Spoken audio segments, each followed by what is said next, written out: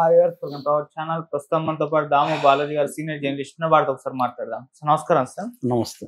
Sir, Pawan Kalyan గారి OG movie promotion పేరిట అని చెప్పేసి ఇద్దరు శ్రీలంకకు చెందిన వాళ్ళు హైదరాబాద్ సాఫ్ట్వేర్ ఎంప్లాయీని మోసం చేశారు, అతని దగ్గర డబ్బులు బాగా గుంజేశారు అని చెప్పేసి వార్తలు వినిపిస్తున్నాయి సార్. అసలు ఇష్యూలో ఏం జరిగింది, ఎలా మోసపోయారు, ఎవరు మోసం చేశారు, మరి పవన్ కళ్యాణ్ గారి మూవీకి దీనికి సంబంధం ఏంటి సార్, మీరేం చెప్తారు? అంటే ఇప్పుడు ఆన్లైన్ మోసాలు, సోషల్ మీడియా మోసాలు రకరకాలుగా పెరిగిపోయినాయి. ఇదొక విచిత్రమైన మోసం. నేను ఈ మధ్యకాలంలో ఇట్లాంటి మోసం వినలేదు.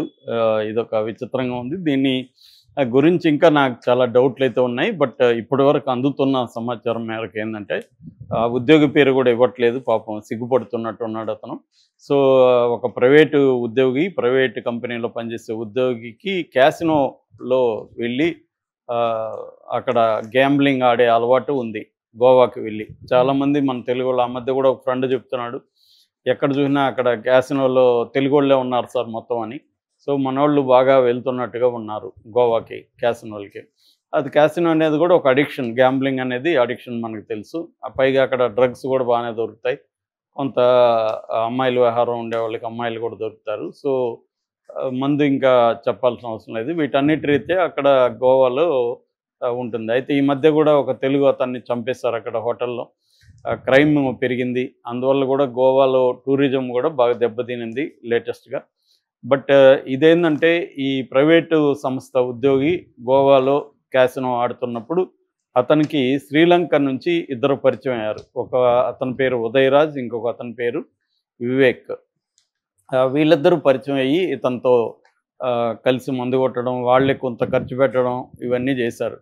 సో మందు పోయడం ఇట్లాంటివి. దాంతో మనోడు వాళ్ళకి బాగా అట్రాక్ట్ అయ్యాడు. రెండోది ఏంటంటే డబ్బులు రకరకాలుగా సంపాదించవచ్చు, బ్రహ్మాండమైన స్కీమ్ మా దగ్గర ఒకటి ఉందని అతన్ని చెప్పారు. సో ఇతనికి ఆల్రెడీ మరి క్యాసినోలో ఏమన్నా డబ్బులు పోగొట్టుకున్నాడా లేదో తెలియదు, కానీ మొత్తానికి డబ్బులు సంపాదించవచ్చు అంటే ఇతనికి వాళ్ళ మీద నమ్మకం ఏర్పడింది. దాంతో వాళ్ళు ఒక స్కీమ్ చెప్పారు. ఆ స్కీమ్ ఏంటంటే, మేము పెద్ద సినిమాల ప్రమోషన్లు చేస్తుంటాము, online detail promotions, detail marketing మాది పెద్ద ఎత్తున ఉంది. సో మాకు ఇప్పుడు డబ్బులు డెఫిషియన్సీ ఉంది. వాళ్ళు ఏంటంటే ముందు పబ్లిసిటీ చేసినాక కానీ మనకు డబ్బులు రావు. అయితే మాకేందంటే మేము దీంట్లో మంచి ప్రాఫిట్స్ ఉన్నాయి, డబ్బులు ఉంది. సో నువ్వు నాకు ఫ్రెండ్ అయినావు కాబట్టి నీకు ఒక ఆపర్చునిటీ ఇస్తున్నాము. అదేంటంటే నువ్వు ఒక 20 లక్షలు పెట్టగలిగితే నీకు డబ్బులు వస్తుంది, 40 లక్షలు డబ్బులు మీకు ఇస్తాము అని చెప్పారు. ఫస్ట్ సుజిత్ది పవన్ కళ్యాణ్ సినిమా ఓజీ చూపించి దానికి సంబంధించిన పబ్లిసిటీ మెటీరియల్ అంతా కూడా చూపించి దానికి అగ్రిమెంట్లు అలాంటివి ఏదో చూపించారు ఇతనికి. ఇలాగ మాకు వచ్చింది, మేము వాళ్ళ సంస్థతో అగ్రిమెంట్లు కూడా చేసుకున్నాం, ఆల్రెడీ స్టార్ట్ చేసాము పబ్లిసిటీ వర్క్. సో మాకు కానీ కొంత ఫండ్స్ ప్రాబ్లం ఉంది, మేము డైవర్ట్ చేస్తున్నాం రకరకాల ఫండ్స్, నువ్వు కానీ కొంత పెట్టగలిగితే నీకు డబ్బులు ఇస్తామని చెప్పారు. ఇతను నమ్మి 20 లక్షలు ఇచ్చాడు. వాళ్ళు ఏం చేశారంటే 2 సార్లుగా ఈ అబ్బాయికి అకౌంట్కి 25 లక్షలు ట్రాన్స్ఫర్ చేశారు. బాగా జరిగింది, మనకి డబ్బులు వచ్చాయి అని. కానీ డబ్బులు ఇస్తామన్నారు కదా, అది రాలేదు. ఈ సినిమాలో రాలేదు. అమరన్ సినిమా ఇది వచ్చి అమరన్ సినిమా అనమాట. ఓజీకి కొద్దిగా లేట్ అవుతుంది. ఈ లోపల అమరన్ సినిమాకి అర్జెంటుగా కావాలని చెప్పి తన దగ్గర 20 తీసుకున్నారు. మళ్ళీ ఇతనికి 25 ఇచ్చారు. అంటే 5 లక్షలు తక్కువ టైంలోనే ఇతనికి లాభం వచ్చింది. దాంతో ఇతనికి ఆశ కలిగింది, ఓహో వీళ్ళు నమ్మకంగా ఇస్తారు, సో వీళ్ళకి డబ్బులు ఎక్కువ ఇస్తే ఇంకా మనకి ఎక్కువ వస్తుంది. డబ్బులు అని చెప్పారు కానీ డబ్బులు అంత రాలేదు, దీంట్లో 5 లక్షలు మాత్రం వచ్చింది, నెక్స్ట్ ప్రాజెక్ట్లో ఇంకా ఎక్కువ వస్తుందని చెప్పారు. వీడు 20 పెట్టి 25 1 మంత్ లోపలే వచ్చేసరికి ఇతను ఇంకా దేంట్లో కూడా ఇంత రిటర్న్ రాదు కాబట్టి ఇతను ఏం చేశాడంటే మళ్ళీ అడిగారు వీళ్ళు, పుష్ప 2కి, కంగువాకి, ఇవన్నీ కూడా మనకి పబ్లిసిటీ వచ్చింది అని చెప్పి మళ్ళీ సేమ్ పద్ధతిలో నమ్మించి డబ్బులు అడిగారు. దాంతో ఇతని దగ్గర ఉన్న గోల్డ్, ఇల్లు అన్నీ అమ్మేశాడు. ఇల్లు ఉంటే ఇల్లు కూడా అమ్మేసి దాదాపు 1,34,00,000, ఒకసారి 76 లక్షలు, ఒకసారి 58 లక్షలు, 2 దఫాలుగా వాళ్ళకి ఇచ్చేశాడు. వాళ్ళు ఏంటంటే ఇంతకుముందు ఇచ్చినంత వేగంగా రిటర్న్ ఇవ్వాల.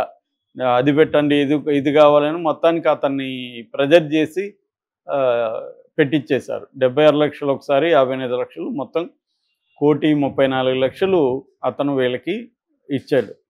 దాన్ని వీళ్ళు స్వాహా చేసి కనబడలే. ఇతను ఫోన్లు చేస్తే తీయడం మానేశారు. సో ఇతను ఏం చేయాలి, వాళ్ళు ఎక్కడ ఉంటారో శ్రీలంక బ్యాచ్. దాంతో ఇతను మోసపోయాడని గ్రహించి అతను వచ్చి CCS సెంట్రల్ క్రైమ్ స్టేషన్లో కంప్లైంట్ ఇచ్చాడు. సో ఇది బేసిక్గా అతని స్టోరీ. ఈ స్టోరీలో మనకు అర్థమయ్యేది ఏంటి, ఈ ప్రైవేట్ ఉద్యోగి గ్రీడ్ అర్థమవుతుంది వాళ్ళకంటే కూడా. ఎందుకంటే ఎవరైనా అంటే ఇతనికి మినిమం కామన్ సెన్స్ లేదా అనిపిస్తుంది మనకి. ఒక పబ్లిసిటీ, ఒక సినిమాకి నేను వచ్చి నీకు చెప్తాను, ఇట్లా సినిమా పబ్లిసిటీ నాకు ఇచ్చారు, నువ్వు 20 లక్షలు ఇస్తే నేను డబ్బులు ఇస్తాను. నువ్వు చెప్పాల్సింది సినిమా పబ్లిసిటీ వాళ్ళు ఇస్తారు కదా నీకు, నేను ఇచ్చేది నేను పెట్టేది ఏంది, నువ్వు నాకు డబ్బులు ఎలా ఇస్తావు అనాలి. అంటే ఇది గ్రీడ్ కదా, డబ్బులు ఎక్కువ కావాలి కాబట్టి వాళ్ళు ఏం నమ్మించారు ఇతన్ని, వాళ్ళు లేటుగా ఇస్తారు, బిగినింగ్ ఇవ్వరు వాళ్ళు, సినిమా పెద్దోళ్ళు కదా వాళ్ళని మనం డిమాండ్ చేయడం, ఇప్పుడు మనకు డబ్బులు ఇస్తే మాకు ఎక్కువ ప్రాఫిట్ ఉంటుంది దీంట్లో, నీకు సగం ఇస్తామని, నీకు రెట్టింపు ఇస్తామని చెప్పారు. సో ఇతని దగ్గర హామీ ఏం లేదు. ఎప్పుడైనా బిజినెస్ లేకపోతే పెట్టుబడులు పెట్టేటప్పుడు మామూలు గుడ్డి సూత్రం ఏంటంటే prepare for the worst. Prepare for the worst అంటే ఈ డబ్బులు పోయినా పర్లేదు అనుకునే పెట్టాలా. ఎందుకంటే ఇతనికి గ్యారంటీ ఏముంది, వాళ్ళకి లాస్ రావచ్చు, వాళ్ళు పెట్టిన డబ్బులు అవతల నుంచి సినిమా వాళ్ళు ఇవ్వకపోవచ్చు, లేదా వీళ్ళే కూడా మోసం చేయొచ్చు అనేది అబ్బాయికి ఉండాలి కదా, పెట్టిన అబ్బాయికి. అవేమి లేకుండా ఓన్లీ గ్రీడ్. వీళ్ళు తెలివిగా ట్రాప్ ఏం చేశారు, ఫస్ట్ 5 లక్షలు ఎక్స్ట్రా ఇచ్చారు, దిస్ ఈజ్ ట్రాప్. ఈ ట్రాప్లో పడ్డాడు.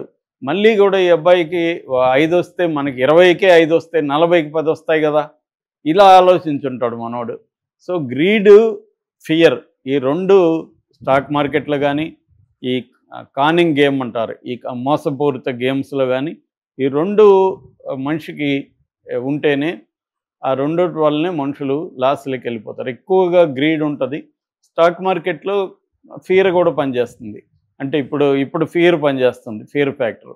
ఎందుకంటే స్టాక్ మార్కెట్ డౌన్ అవుతుంది కాబట్టి ప్రతి ఒక్కటి అమ్మేసుకుందామని, ఆల్రెడీ లాస్లో ఉంటాడు. ఇంకొక 4 ఏళ్ళు 3 ఏళ్ళు ఆగితే పెరుగుతాయి, కానీ వీడు అంత ఓపిక ఉండదు. ఆ భయంతో ప్యానిక్ అయిపోయి అమ్మేస్తారనమాట. సో అందుకని చాలామందికి స్టాక్ మార్కెట్లో కూడా లాసులు రావడానికి ప్రధాన కారణం ఏంటంటే ఇదే అనమాట. సో గ్రీడ్ అండ్ ఫియర్, ఈ రెండు కంట్రోల్ చేసుకోకపోతే ఏ బిజినెస్లో అయినా కష్టం. రెండవది ఏంటంటే కొన్ని మినిమం ప్రోటోకాల్స్ మనం పెట్టుకోవాలి లైఫ్లో. అంటే ఎవడైనా ఎక్కువ ఇస్తున్నాడంటేనే దాన్ని మనం డౌట్ చేయాలి. ఆ మధ్య కూడా వచ్చి మాకు 5% 10% ఇస్తారంట, 100 లక్ష పెడితే 10 ఎవ్రీ మంత్ 8,000 ఇస్తారు. ఇట్లాంటి స్కీములు చాలా ఉన్నాయి.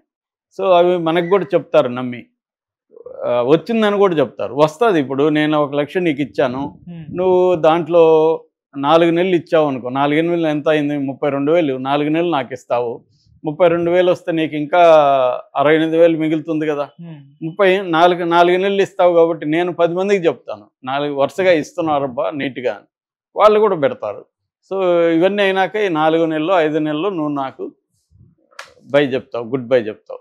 అంటే ఒక 50,000 లెక్కేసుకుంటావు. ఈ 1 లక్షలో వీడికి 50,000 ఎంతో రిటర్న్ ఇచ్చేద్దాం నెల అనుకొని ఫిక్స్ అవుతావు. అలాగే నేను ఒక 10 మందికి చెప్తా కదా, 10 మందిలో 5 మంది అన్నా చేరుతారు కదా, ఇంకొక 50,000 నీకు వస్తుంది కదా, 15లో 5 లక్షలు వస్తుంది కదా.